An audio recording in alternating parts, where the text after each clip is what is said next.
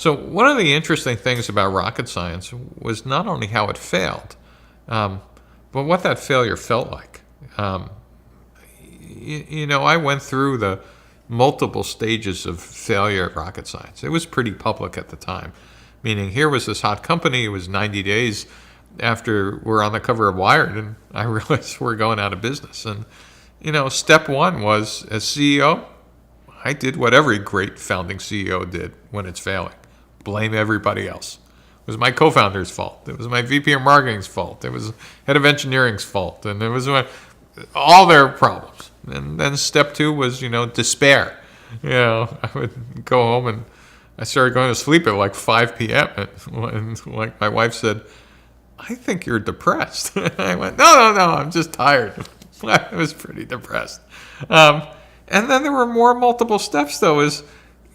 Number three was maybe kind of acceptance that it wasn't everybody's fault. I mean, obviously other people contributed to it, but at the end of the day, I was the CEO. And that, well, my board might have, I blamed my board as well, and, it was their fault for telling me to do X. I learned that I had plenty of opportunity to stand and object, or stand and change, or stand and say, I don't get it, or stand and say, I disagree. And I just failed miserably as a CEO. If I disagreed that violently at the time, instead of saying yes to my board, I could have said, I'm going, I disagree. Let's not go do this, or let's not make the Christmas selling season. Or to my co-founder, hey, people are telling us they hate this shit. We should probably get more expertise in here. But I did none of that. And so therefore, instead of blaming others, I started kind of accepting that my role was in here. And then eventually over time, the acceptance is one thing, but learning from it of what I could have done different, that was, those last two stages were really kind of hard. Both the acceptance of, no, at the end, this was me, not everybody else. Well, what would I have done different, and how would I change my role in it? That took, a couple of years. The acceptance maybe took a year. The blaming everybody was kind of easy. It was all their fault. And but growing into what did I learn from that?